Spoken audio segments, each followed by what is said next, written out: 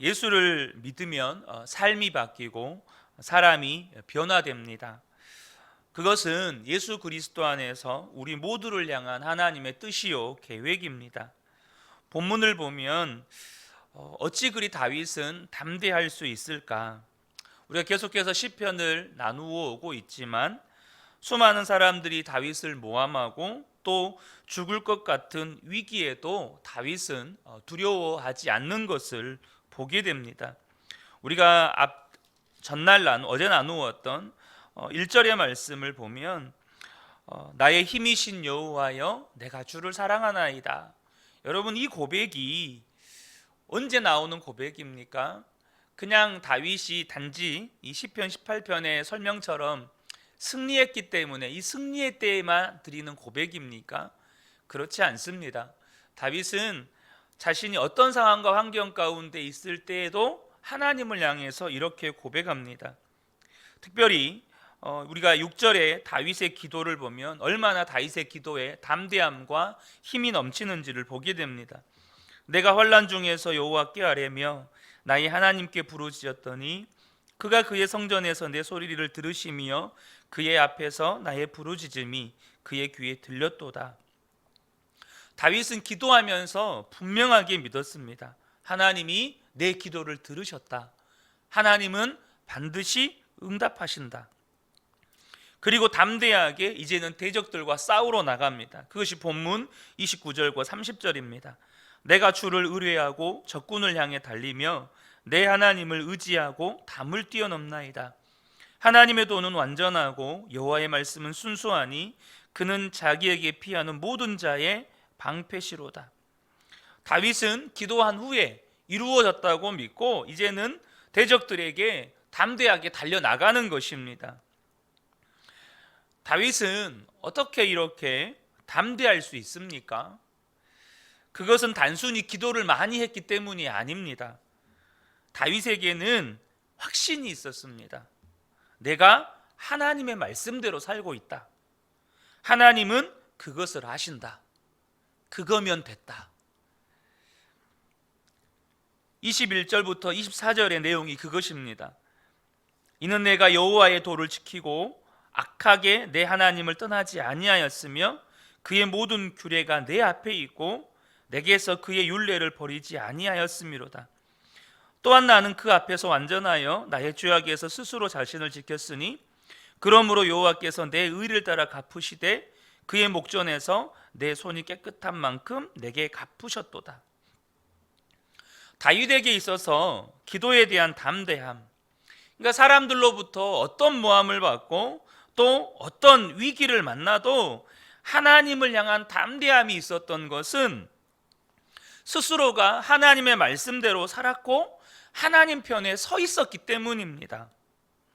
야고보서 5장 16절에 의인의 간구는 역사하는 힘이 크다라고 말씀하셨는데 우리의 기도의 힘이 또 우리의 믿음이 여기서 나오는 것입니다. 하나님은 우리가 그렇게 살아가기를 원하십니다. 기도한다고 아무나 그렇게 담대하고 확신을 가지고 살아갑니까? 그것이 아니라는 것이에요.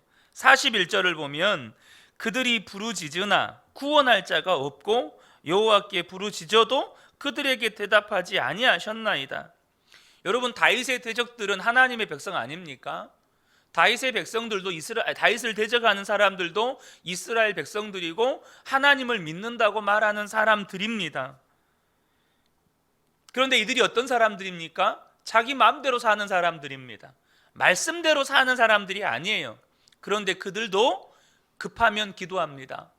급하면 하나님 찾아요. 그런데 하나님은 그 기도에는 응답하지 않으신다는 것입니다. 그런 기도에는 대답하지 않으신다는 거예요. 하나님은 저와 여러분이 정말로 예수 그리스도 안에서 의롭게 그리고 서로 사랑하며 살기를 원하십니다. 다윗의 믿음의 위대함은 위기 때 하나님께 부르짖은 것이 아니고 어떤 자세로 어떤 태도로 기도했느냐는 겁니다. 사울이 다윗을 죽이려고 광야로 쫓아올 때 2번이나 살려준 것을 아실 겁니다. 만약에 그때 다윗이 사울을 죽였다면 그때 왕이 됐을 겁니다. 더 이상 사울 왕에게 쫓겨다닐 이유도 없죠. 그러나 다윗은 이게 정말 하나님의 뜻이냐는 겁니다. 그런데 아무리 생각해봐도 그건 하나님의 뜻이 아니라는 거예요. 다윗은 하나님 편에 서 있는 것을 선택한 것입니다. 여러분, 그러면서 하나님께 기도한 것입니다. 그것이 다윗의 믿음의 위대함인 것이에요.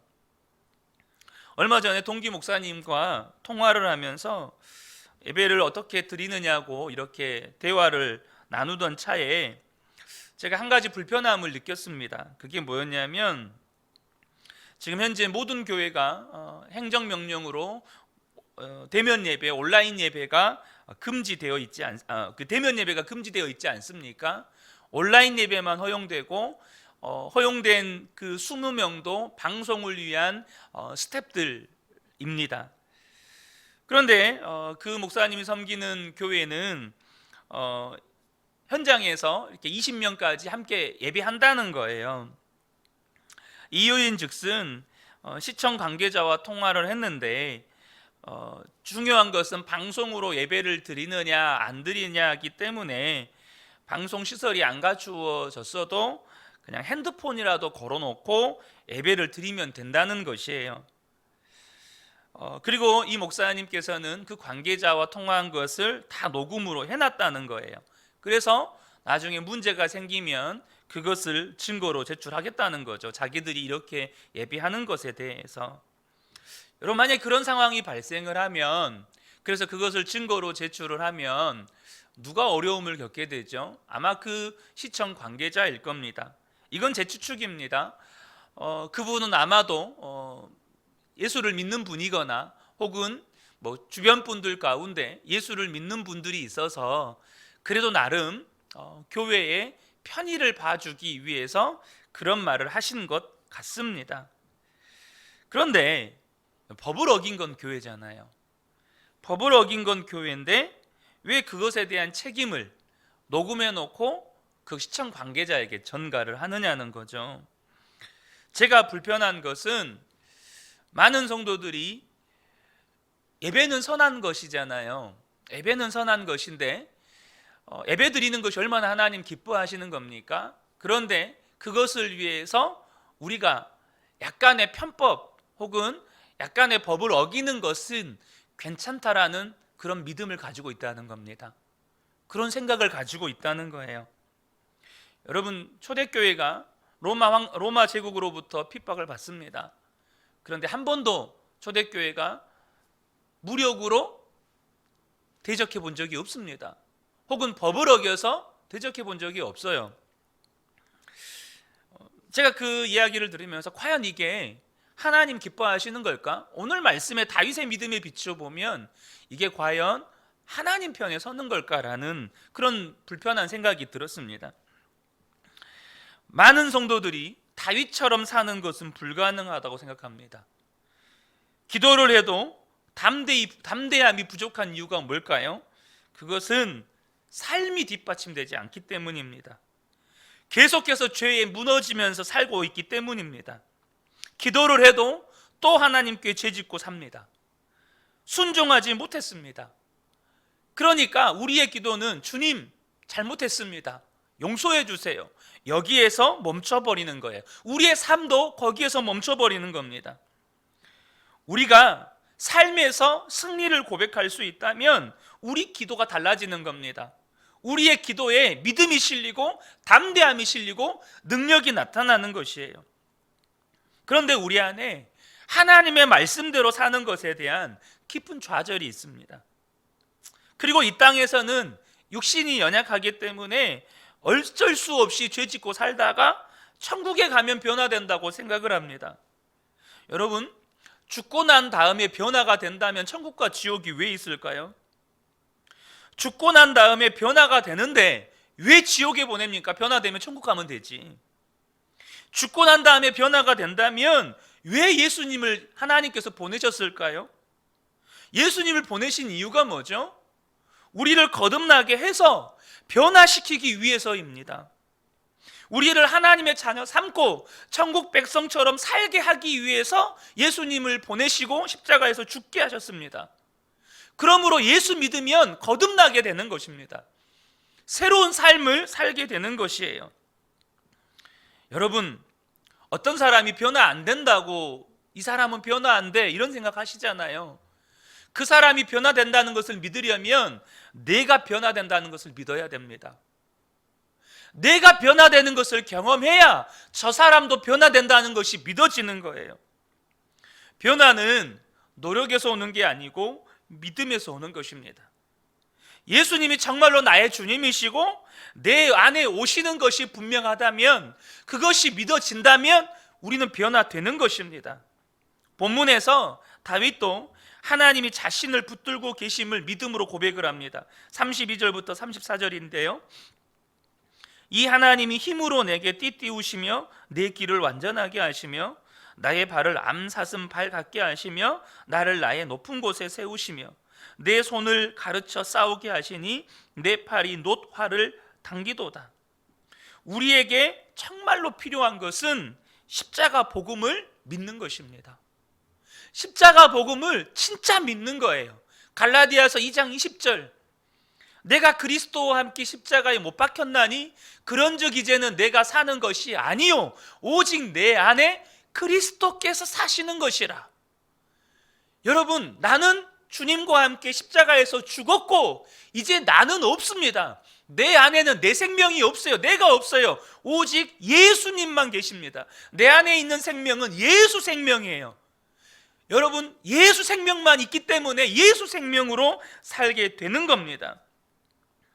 이것이 믿어져야 여러분, 저와 여러분의 삶에 변화가 시작이 되는 겁니다.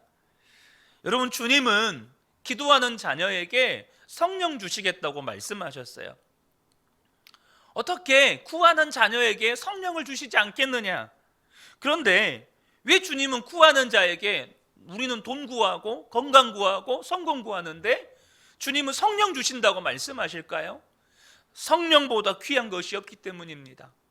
성령님은 하나님이세요. 하나님이 우리 안에 들어와 계십니다. 이것이 믿어지잖아요. 그러면 우리의 구하는 것이 달라집니다. 주님, 저는 주님을 구합니다. 주님, 저는 정말로 주님을 구합니다. 여러분, 주님이 내 안에 계시는 것이 믿어지면 여러분, 돈 안 구해요. 명예 안 구합니다. 성공 안 구합니다. 주님을 구하게 되어 있어요. 왜냐하면 주님이 우리에게 정말로 주고 싶어 하시는 것이 성령님이시니까. 우리에게 필요한 게 있습니다. 정말로 우리의 기도가 다윗의 기도와 같이 담대함이 있고 믿음이 있고, 정말로 다윗의 삶과 같이 그렇게 실제 변화의 삶을 살아가려면 우리에게 정말 필요한 게 있어요. 그것은 뭐냐면 말씀대로 살아가는 삶이 뒷받침되어야 된다는 거죠. 말씀대로 살아간 삶의 뒷받침이 없으면 우리의 기도는 여러분 허황된 겁니다. 어제도 그런 말씀, 우리가 다윗의 기도를 함께 나누면서 그런 말씀 나누었잖아요. 여러분, 말씀 순종이 없는 기도는 가증한 것입니다. 정말로 우리의 다윗의 기도는 말씀의 순종이 뒷받침된 기도였다는 거예요. 그럼 우리에게 필요한 게 뭐죠? 진리에 대한 반응이 필요하다는 겁니다. 그때부터 경험이 되는 겁니다. 레디컬이라고 하는 책을 쓴 데이비드 플랫 목사님이 이런 말씀을 하셨습니다. 현대교회가 성공은 곧 축복이라는 미혹에 빠져 있다는 겁니다. 성공은 축복이다. 거기서 빨리 빠져나와야 한다는 거예요. 여러분, 우리에게 진정한 성공은 예수님께서 십자가에서 죄와 사망을 이긴 것처럼 그 십자가 복음을 저와 여러분이 살아내는 겁니다. 그것이 성도의 성공입니다. 여러분, 예수님의 승리가 죄와 사망을 이긴 거잖아요. 그럼 성도의 승리, 성도의 성공은 죄와 사망을 이긴 십자가 복음을 살아내는 겁니다. 이 데이비드 플랫 목사님이 이것을 깨닫게 된 것은 중국 지하교회를 방문해서 성경을 가르친 경험 때문이라는 것입니다. 중국 지하교회 성도들이 성경을 배우기 위해서 며칠을 걷고 자전거를 타고 그 지하 예배당이 꽉 들어차서 하나님의 말씀을 듣는다는 것이에요. 걸리면 여러분 바로 잡혀가는 겁니다. 그들은 오직 하나님의 말씀에만 관심이 있었습니다. 냉난방도 안 되고 조명은 조그만 거 하나 있고 찬양대도 없습니다. 걸리면 안 되니까 쭈그리고 앉아서 3시간, 4시간 성경을 듣는데 그 3시간, 4시간이 끝나면 이 성도들이 뭐라고 이야기하냐면 바로 다음 걸 가르쳐 달라는 거예요. 며칠을 가르쳐서 구약을 정리하고 나니까 이분들이 또 신약은 언제 가르쳐 주실 거냐는 거예요.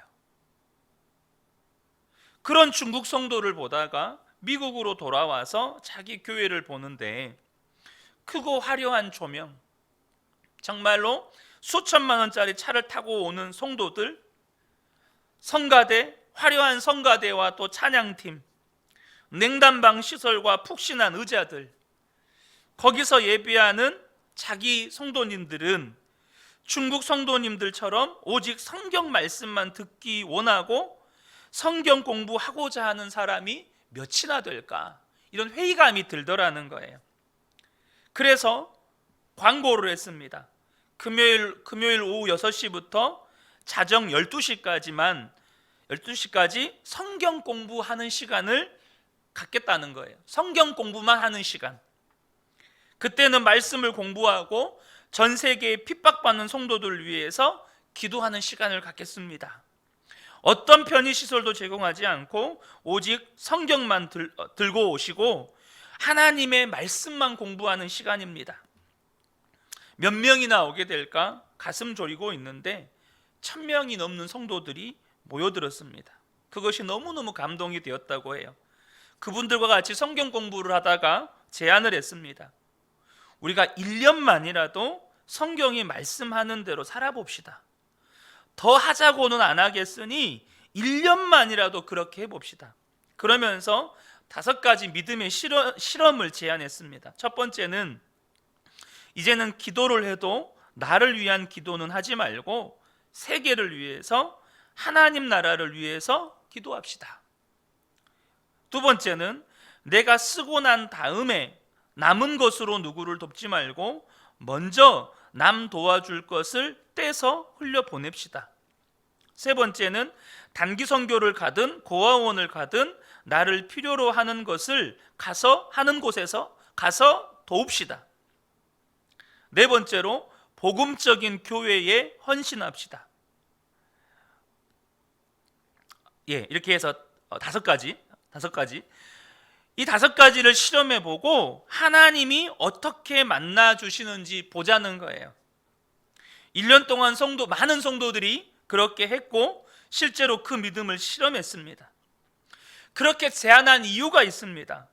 그 이유는 성도들이 검증해보지 않은 진리를 알고 있는 데에서만 끝나버린다는 거예요.